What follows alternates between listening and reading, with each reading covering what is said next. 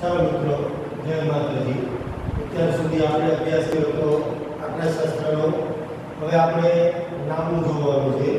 નામાની અંદર પ્રકરણ કણ છે પાઘડીનું મૂલ્યાંકન. હવે એના પહેલા આપણે ગુણભાર વિશે જોઈએ કે ભાઈ ગુણભાર કેટલો છે. તો પહેલું છે આની અંદરથી 1 માર્કનો વિકલ્પ પૂછવામાં આવે છે, 1 માર્કનો ટૂંકો પ્રશ્ન પૂછવામાં આવે છે અને 1 માર્કનો મોટો પ્રશ્ન પૂછવામાં આવે. એમ કુલ છે એ 6 ગુણની અંદર આની અંદર પાઘડીની અંદર પૂછવામાં આવે છે. કેટલા ગુણનું મિત્રો?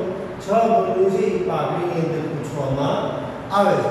હવે જોઈએ કે આપણે પાઘડીની અંદર જોઈએ તો કોઈ પણ વ્યવહારની અંદર ભાગીદારીનું પુનર્ગઠન થાય તો પુનર્ગઠન થાય ત્યારે મિલકતો અને દેવા છે એનું પૂર્ણ મૂલ્યાંકન કરવું પડે છે. અને પૂર્ણ મૂલ્યાંકન કરવા માટે થઈ જે મિલકત અને દેવા છે એની અંદર પાઘડી છે એ પાઘડીનો પ્રશ્ન ઉદ્ભવે છે. હવે આપણે જોઈએ કે ભાઈ આપણી પાસે બે પ્રકારની મિલકત છે કે ભાઈ પહેલી છે બિનચાલુ મિલકતો, બિનચાલુ મિલકતો અને બીજી છે ચાલુ મિલકતો. તો કંપની પાસે બે પ્રકારની મિલકતો છે કે ભાઈ બિનચાલુ મિલકતો અને ચાલુ મિલકતો. હવે જો બિનચાલુ મિલકતની અંદર કઈ કઈ પ્રકારની મિલકત આવે કે ભાઈ દ્રશ્ય અને અદ્રશ્ય પ્રકાર છે એ અદ્રશ્ય પ્રકારની મિલકતો. તો પાઘડી છે એ કેવા પ્રકારની મિલકત છે? અદ્રશ્ય પ્રકારની મિલકત છે. એટલે પાકા સર્વેની અંદર આપણે અદ્રશ્ય પ્રકારની મિલકત તરીકે મિલકત બાજુને દર્શાવી છે. બીજી વસ્તુ છે કે ભાઈ ધંધો છે તમે શરૂઆત કરો છો, ધંધાના ઘણા વર્ષો છે એ ઘણા વર્ષો અંદર વ્યાજ ગયા હોય, બજારની અંદર એનું પ્રતિષ્ઠા મૂલ્ય હોય તો એ લોકો છે એ પાઘડી ધરાવે છે એમ કહેવામાં આવે છે. હવે આપણે જોવાનું છે કે ભાઈ પાઘડીની વ્યાખ્યા. હવે જો કે ભાઈ પાઘડી એ ધંધાની બજારમાં પ્રતિષ્ઠા મૂલ્ય દર્શાવતી અદૃશ્ય પ્રકારની મિલકત છે. એટલે પાઘડીને આપણે જોઈ શકતા નથી કે ભાઈ આને પાઘડી છે, પણ એક પ્રકારની એવી મિલકત છે જે તમારું બજારની અંદર પ્રતિષ્ઠા મૂલ્ય છે એ પ્રતિષ્ઠા મૂલ્ય દર્શાવે છે. બીજી કરતાં સારી વસ્તુ અથવા તો બીજી પેઢી કરતાં આપણી પેઢીનો નફો વધુ તો એ શું વસ્તુ દર્શાવે છે? પાઘડી છે એ દર્શાવે છે. બીજી રીતે આપણે એની જોઈએ કે ભાઈ અપેક્ષિત નફા કરતાં વધુ નફો કમાવાની ધંધાના પ્રતિષ્ઠા મૂલ્યને પાઘડી તરીકે ઓળખવામાં આવે છે. જો કે ભાઈ જે નફો છે એની કરતાં વધુ નફો કમાવાની ધંધાની પ્રતિષ્ઠા મૂલ્યને પાઘડી તરીકે દર્શાવવામાં આવે છે. પેઢી દર પેઢી જે તમે નફો કરો છો તે પણ એની કરતાં કંઈ વિશેષ વધારે નફો કરો છો તો વધારે નફો કરો છો એ ધંધાની અંદર તમારી જે પ્રતિષ્ઠા મૂલ્ય છે પ્રતિષ્ઠા મૂલ્ય દર્શાવે છે. એટલે શું કહેવામાં આવે છે?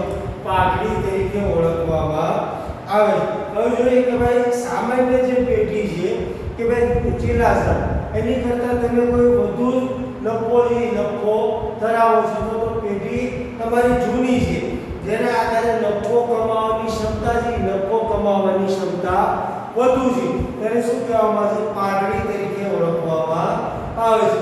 પાકા સર્વેની અંદર પાઘડી છે એ મિલકતો બાજુ કે ભાઈ કુલ મિલકતોની અંદર અદૃશ્ય મિલકત તરીકે પાકા સર્વેની અંદર દર્શાવવામાં આવે છે. હવે આપણે જોવાનું છે કે ભાઈ પાઘડીને મૂલ્યાંકનને અસર કરતા પરિબળો કયા કયા છે. તો પહેલી વસ્તુ છે કે ભાઈ ધંધાનું સ્વરૂપ કે ભાઈ ધંધાની અંદર જેની અંદર નફો વધારે હોય વેચાણની અંદર તો એની અંદર છે એ પાઘડી છે તેમ કહેવામાં આવે છે. એટલે વેચાણની અંદર નફાનો કેવો સમયગાળો છે મિત્રો? વધુ છે અને વધુ હોવાને કારણે થઈ એ લોકો છે એ પાઘડી ધરાવે છે તેમ કહેવામાં આવે છે. બીજું જોઈએ કે ભાઈ ધંધાનું સ્થળ તો જે જગ્યાએ ધંધાનું સ્થળ મોકાનું હોય, દાખલા તરીકે માની લો કે ભાઈ કોઈ દુકાન છે તો દુકાનની અંદર તમે કોઈ મોકાની જગ્યાએ દુકાન લીધેલી હોય તો ત્યાં ગ્રાહકો છે અવર જવર વધુ થતી હોય તો તમારો નફો કેવો છે? વધી જવાનો છે આપો, કારણ કે ત્યાં ગ્રાહકની અવર જવર વધુ છે,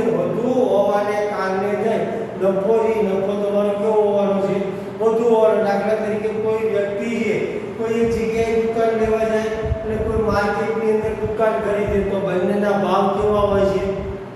વધતા ઓછા હોય છે મિત્રો. એક જગ્યાએ તમને 10 લાખ રૂપિયાની દુકાન મળે છે, બીજી જગ્યાએ તમને 40 લાખ રૂપિયાની મળે છે. તો આ ફેરફાર થવાનું કારણ શું? કે ભાઈ ત્યાં ગ્રાહક વર્ગ વધુ છે, મોકાની જગ્યા છે, ગ્રાહક છે એ દરરોજ ઘણા ત્યાંથી પસાર થાય છે અને પસાર થવાના કારણે નફો છે, નફો તમારો કેવો થવાનો છે? વધુ થવાનો છે. વધુ થવાનો છે એટલે ધંધાનું સ્થળ છે એ ઉપયોગી છે કે જો ધંધાનું સ્થળ મોકા પર આવેલું હોય તો નફો કમાવાની ક્ષમતા તમારી વધુ હોય છે. બીજું જોઈએ કે ભાઈ ધંધાના વર્ષો તો પેઢી જેમ જૂની થતી જાય એમ પેઢી છે પેઢીની અંદર માર્કેટ વેલ્યુ છે એ વધતી જાય છે, કારણ કે ગ્રાહકો છે એ પેઢી દર પેઢી ચલાવવાના છે.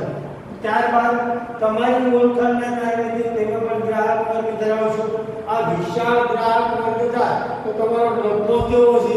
આપોઆપ વધી જશે. દાખલા તરીકે કોઈ દુકાને તમે જઈએ, આપણે સોનીની દુકાન, તો એ ઘણી ઓળખાણ કાઢે જૂની.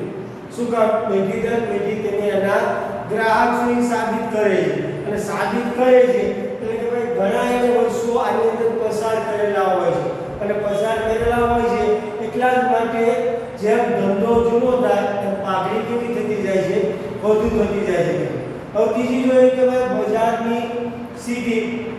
તો બજારની અંદર જે વર્તમાન સ્થિતિ ચાલે છે કે ભાઈ જેની અંદર આપણે જોઈએ કે ભાઈ ઇજારાશાહી હોય, બજારની અંદર કેવું છે? ઇજારાશાહી હોય. બીજી કોઈ વસ્તુઓ આવેલી હોય, દાખલા તરીકે જેને આપણે ઇજારો કહીએ. કે ઇજારો એટલે શું? કે એક જ વ્યક્તિ વેચનાર અને ઘણા લોકો ખરીદનાર. એટલે કે ભાઈ તમારી જે વસ્તુ તૈયાર કરો છો તેને એની મોનોપોલી ઉપર તૈયાર કરો છો. એટલે કે એક જ ઇજારો છે તમારો, તો ત્યાં છે ત્યાં તમારી પાઘડી કેવી છે? એકદમ વધુ છે. પરંતુ જ્યાં ઇજારો નથી કે ભાઈ બજારની પરિસ્થિતિ નથી, ત્યાં પાઘડી કેવી આવે છે? એકદમ ઓછી આવે છે. હવે જોઈએ કે ભાઈ સંચાલકોની કાર્યક્ષમતા. તો જે સંચાલક વર્ગ છે એ લોકો પોતે છે એ પોતે પડતર નીચી લઈ આવે. જે વસ્તુનું ઉત્પાદન થાય છે, વસ્તુના ઉત્પાદનની અંદરથી પડતર છે એ પડતર એકદમ નીચી લઈ આવે. નીચી લાવવાના હજુ મિત્રો એની પછીનું છે કે ભાઈ સંચાલકોની કાર્યક્ષમતા. હવે સંચાલકોની કાર્યક્ષમતા એટલે શું મિત્રો? કે આ જે છે સંચાલકોની કાર્યક્ષમતા એ પડતરને નીચી લાવે છે. પડતરને શું કરે છે મિત્રો? નીચે લાવે છે. પડતરને નીચે લાવે છે જેને કારણે તે નફો આપોઆપ વધે છે. કે ભાઈ તમે જે પણ ઉત્પાદન કરો છો એના કારણે તમે પડતર એકદમ નીચે લાવી દો છો. નીચે લાવવાના કારણે તે નફો આપોઆપ વધી જાય. તો સંચાલકોની જો કાર્યક્ષમતા સારી હોય તો બજારની અંદર પેઢી પાઘડી ધરાવે છે તેમ કહેવાય છે. હવે એની પછી જોઈએ કે ભાઈ અન્ય ખાસ લાભ. દાખલા તરીકે આપણે જોઈએ કે ભાઈ કોઈ પેટન્ટ તમને મળેલા છે, કોઈ લાયસન્સ છે, તો આ જુદી વસ્તુઓના કારણે કે ભાઈ વિક્રેતા તમે એક જ છો, જેના કારણે કોઈ તમારી પાસે લાભ પડેલો છે તો પેઢી છે એ પેઢી પાઘડી ધરાવે છે તેમ કહેવામાં આવે છે. એટલે ટૂંકમાં આપણે કહીએ કે ભાઈ સારું એવું મજૂર સંઘ હોય, સારા એવા તમારા સંપર્કો હોય, સારી એવી પેઢીની નામના હોય તો તમારી પેઢી છે એ પાઘડી